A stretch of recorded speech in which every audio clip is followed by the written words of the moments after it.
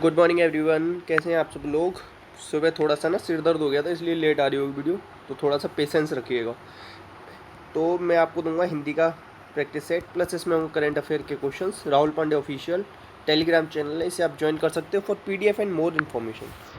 पहले क्वेश्चन से स्टार्टिंग करते हैं। एक होता है उत्पल, एक होता है उपल। कल परसों ही बताया था मैंने आपको। उत्पल मतलब होता है जन्म लेने वाला, उत्पल मतलब होता है कमल। क्या होता है? कमल। और उपल मतलब होता है पत्थर। तो आंसर क्या हो जाएगा? डी। याद रखना। और जितने भी पानी के पर्यायवाची हैं उनके पीछे अगर मैं जा लगा दूँ ना, तो वो भी क्या हो जाता है? वो भी हो जाता है कमल का पर्यायवाची। और कमल को सतदल भी कहते हैं, अरविंद भी कहते हैं, ये भी याद रखना। ठीक है। नेक्स्ट आंसर है इसका क्या? डी। नेक्स्ट, यह संसार जानता है। यह संसार जानता है, वाक्य में यह क्या है? वाक्य के दो अंग होते हैं, उद्देश्य और विधेय। ठीक है। ये क्या है? संसार। संसार है संज्ञा। क्या है? संज्ञा। संज्ञा से पहले ये क्या आ रहा है? सर्वनाम। क्या आ रहा है? सर्वनाम। संज्ञा से पहले जब भी सर्वनाम आ जाता है तो उसे कहते हैं हम सार्वनामिक विशेषण। क्या हो जाता है वो? देखो, संज्ञा से पहले कोई आता है तो क्या आता है? विशेषण ही तो आता है।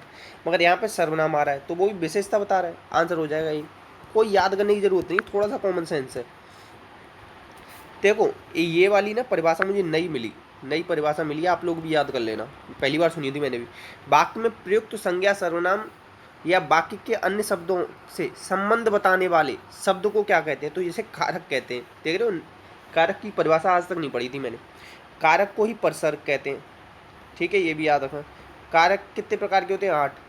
अब एक चीज़ याद रखना, तत्पुरुष समास के अंदर कर्ता कारक और संबोधन कारक इन्हें छोड़ देते हैं, और संबोधन कारक को सर्वनाम के अंदर भी छोड़ देते हैं।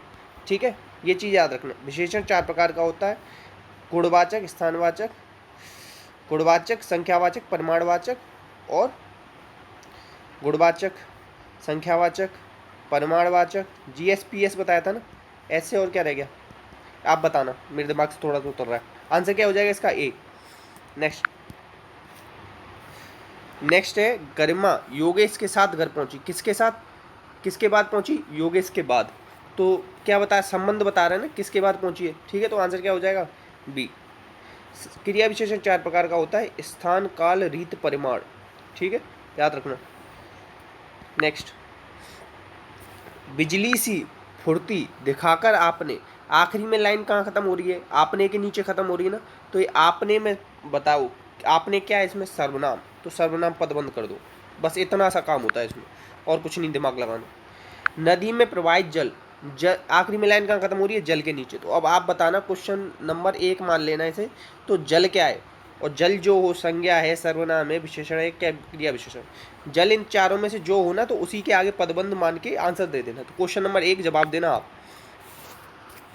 सच बता रहा हूँ, अगर थोड़ा सा भी रेस्पेक्ट करते हो ना, तो हर एक बच्चा आंसर देना। इतनी मेहनत करी है मैंने आप लोगों के पीछे, सिर दर्द था, फिर भी मैं वीडियो बना रहा हूँ आप लोगों के लिए। बादल का पर्यायवाची नहीं है। तो देखो, एक चीज़ याद रखना, अंबर मतलब क्या होता है? आकाश होता है। क्या होता है? आकाश। मगर आपको आकाश नहीं पूछेगा, इसका एक और वो होता है। जैसे ऐसे याद रखो कि अनेकार्थी होते हैं ना, एक शब्द के बहुत सारे अर्थ निकलते हैं।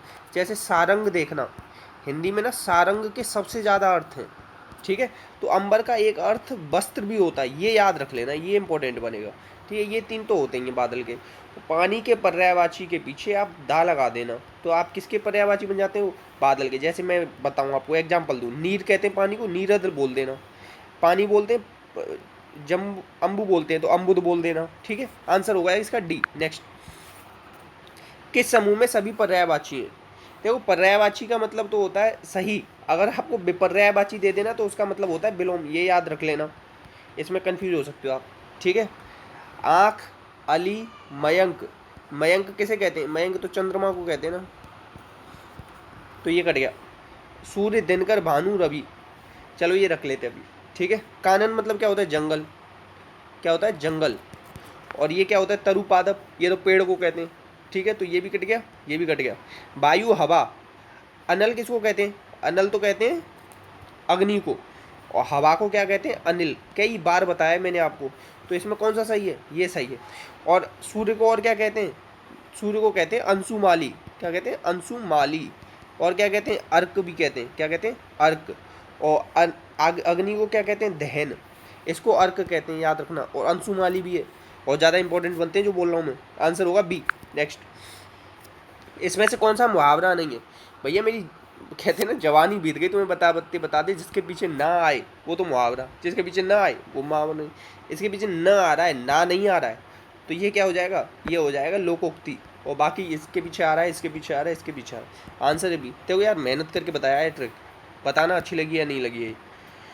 नाको चने चवाना मुहावरा क्या होता है? अरबी भाषा का शब्द होता है, ये याद रखना। लक्षणा शब्द शक्ति होती है, ये याद रखना। इनके पीछे ना आता है, वाक्यांश होते हैं ये, ठीक है, वाक्य नहीं होते पूर्ण, ये भी याद रखना। इन दोनों में ना अंतर पूछ लेता है, बहुत सारे एग्जामों में पूछा है। नाको चने चबाना मतलब होता है बहुत परेशान करना। क्या होता है? बहुत परेशान करना, ये होगा। जैसे भारतीय सेना ने पाकिस्तानी सेना के नाको चने चबा दिए, ठीक है। नेक्स्ट है, इसमें से बताना सुमेलित कौन सा नहीं है। तो आस्तीन का सांप तो कौन होता है? धोखेबाज। कौड़ी के मोल मतलब बहुत ज़्यादा सस्ती मिल जाए। खेत रहना मतलब होता है शहीद होना, शहीद होना, ठीक है। तो यही गलत है, आंसर हो जाएगा सी। नेक्स्ट, सदा एक समान मतलब क्या है? सावन हरे न भादों सूखे। देखो भादों में क्या पड़ता है? सूखा पड़ता है। और सावन में क्या होता है? हरा हरा होता है। मगर उसके यहाँ ना तो हरा है सावन में और ना भादों में सूखा है, तो मतलब एक जैसा है, ठीक है। लोकोक्ति क्या होती है? पूर्ण वाक्य होती है, ये याद रखना। आंसर क्या आ जाएगा? बी। नेक्स्ट, आवश्यकता शब्द का बहुवचन बताना है। एक तो याद रखो नित्य बहुवचन होते हैं कुछ। क्या होते हैं? एक तो होता है होश, प्राण, हस्ताक्षर, ठीक है, दर्शन, ये याद रख लो 4-5, ठीक है। अब देखो ये जब बड़ा आ होता है ना, ये किस में बदल जाता है? ए में बदल जाता है। ये इसके ऊपर अंक बिंदी भी है ये, तो ये क्या हो जाएगा? ये, ठीक है, याद रखना। आंसर क्या हो जाएगा इसका? डी। अब देखो इसे तो कहते हैं अनुस्वार, इसे कहते हैं अनुनासिक, ये भी याद रखना, ठीक है। आंसर क्या है? डी। नेक्स्ट है हनुमान का पर्यायवाची नहीं है। देखो मारुति नंदन सुन लो मेरी पुकार, ये सुना है? ये लाइन आती है हनुमान जी के उसमें, तो मारुति नंदन बोलते हैं। तो मारुति किसका है? ये इनके पिताजी का है, इनका नहीं है, ठीक है। तो आंसर क्या हो जाएगा? बी। अब देखो वज्र जैसा तो सही था, ये बड़ी बॉडी बिल्डर टाइप थे, तो बजरंग कहेंगे, ठीक है। अंजनी इनकी माता का नाम था, तो अंजने हो गया। मारुति पिता का नाम था, मारुति तनय। अगर तनया होता ना तो वो पुत्री के लिए लगाते, तनय पुत्र के लिए लगाते, तो आंसर क्या हो जाएगा? बी। नेक्स्ट, इसमें से कौन सा प्रत्यय नहीं? तो प्रत्यय ये दो प्रकार का होता है, कृत प्रत्यय और तद्धित प्रत्यय। तद्धित प्रत्यय संज्ञा सर्वनाम विशेषण में लगाओ, कृत प्रत्यय क्रिया में लगाओ, क्रिया न मिले तो मूल रूप को धातु कहते हैं वो लगाओ। अब देखो जैन किससे बना है? महावीर स्वामी का नाम सुना है आपने? तो महावीर स्वामी को जब मतलब एक तरीके से उनका आध्यात्मिक शक्तियाँ मिली तो उन्हें कहते थे जिन, उन्हें कहा गया जिन, ठीक है। अब जिन में जब जिनको अनुयायी करने वाले मतलब जिनका मतलब अनुसरण करने वाले उनको कहा गया जैन। जिन में जब अप्रत्यय लगाते हैं ना तब बनता है जैन। देख रहे हो कितना अच्छा है, जिन के अनुयायियों को जैन कहा गया। तो जिन कहते हैं महावीर स्वामी को, जब उन्हें मतलब शक्तियाँ प्राप्त हुई, ऐसे समझो, ठीक है। तो इसमें है, तो इसमें भी है, पार्वती में भी है, आग्नेय में भी है, क्योंकि बड़ा बदल रहा है ना, प्रथा में नहीं है। किसमें नहीं है? प्रथा में, ठीक है। तो आंसर क्या हो जाएगा? आंसर हो जाएगा बी, ठीक है। नेक्स्ट, पाथे। पाथे पथ, पथ मतलब होता है रास्ता, प्लस ए रास्ते का खाना पाथे कहते हैं। रास्ते में जो हम खाना खाते हैं ना, के लिए लेके जा कहते हैं ना मम्मी कि चल 4 पूड़ी लेके चल जा, 4 पूड़ी सेक देती हूँ रास्ते के लिए, तो वो पाथे है। पथ मतलब रास्ता, ठीक है। और पथ से ही बना है पथिक, पथ पे चलने वाला, ठीक है। सुमेलित कौन सा नहीं है बताओ? कौन सा सुमेलित नहीं है? कलश मतलब घट होता है, कुलिस मतलब वज्र होता है, ठीक है। गे मतलब होता है गाने वाला, और ये गे मतलब होता है जानने वाला, उल्टा लिखा हुआ है, तो आंसर क्या हो जाएगा? सी। नेक्स्ट, इसमें से कौन सा उचित विलोम नहीं है? तो देखो कौन सा नहीं है बताओ? उग्र का सौम्य होता है, सही है। आउत अनाउत सही है। अनुलोम का क्या होता है? प्रतिलोम। देख रहे हो कितना गलती करा देगा ये, आंसर होगा सी। निंद का बंद होता है, ये याद रख लेना, इंपॉर्टेंट बनेगा। आंसर सी है इसका। नेक्स्ट है, इसमें से कौन सा सही नहीं है बताओ? सही कौन सा नहीं? तो वह जिस पर मुकदमा चल रहा हो उसे अभियोगी नहीं कहते, अभियुक्त कहते हैं। क्या कहते हैं? अभियुक्त। ऐसे याद रखो, जो मुकदमा चलाता है, मतलब यूपी में मुकदमा कौन चलाता है? योगी जी चलाते हैं, तो ये तो हो गए अभियोगी। अभियोगी मतलब जो मुकदमा चला दे। तो योगी जी देखो पहली बात सुन लेना किसी की भावना को आहत करना मेरा कोई उद्देश्य नहीं, किसी को डायरेक्टली बोलना कोई उद्देश्य नहीं, इनडायरेक्टली बोला जा रहा है। और ये सब केवल याद कराने का चीज़ है, फालतू में दिमाग पर लेके जाओ कि भैया मैं बीजेपी वाला हूँ, मैं समाजवादी पार्टी वाला हूँ, ये सब मत करने लग जाना कहीं।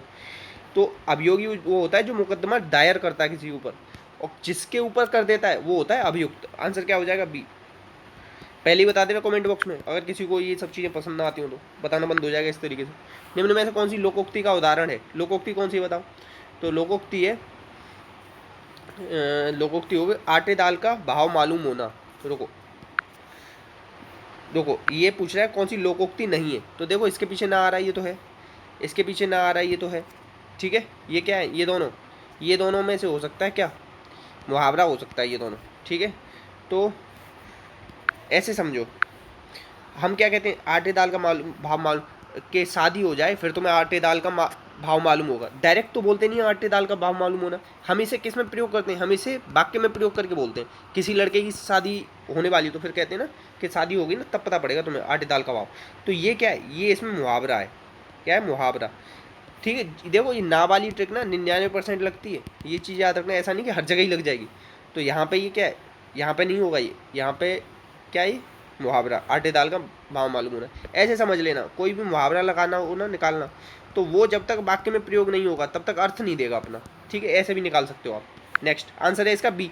नेक्स्ट, इसमें से यह प्रत्यय किसमें नहीं है? तो भारत में ये प्रत्यय लगता है भारतीय। आंसर क्या हो जाएगा? बी।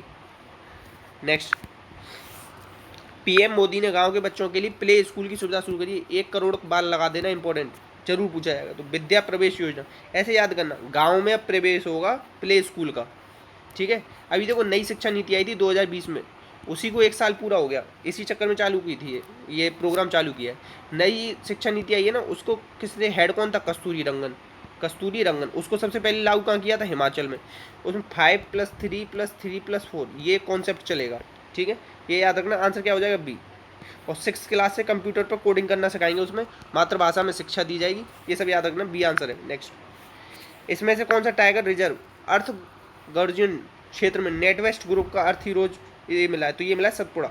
ये कहाँ पे? ये है मध्य प्रदेश में। मध्य प्रदेश में ही सबसे ज़्यादा टाइगर है, ठीक है। एक होता है X2 अवार्ड, किसे मिला था? ये मिला था पीलीभीत वाले को। मतलब 2022 तक टाइगर को हमें दोगुना करना है इनकी संख्या, तो पीलीभीत ने बहुत पहले ही कर लिया।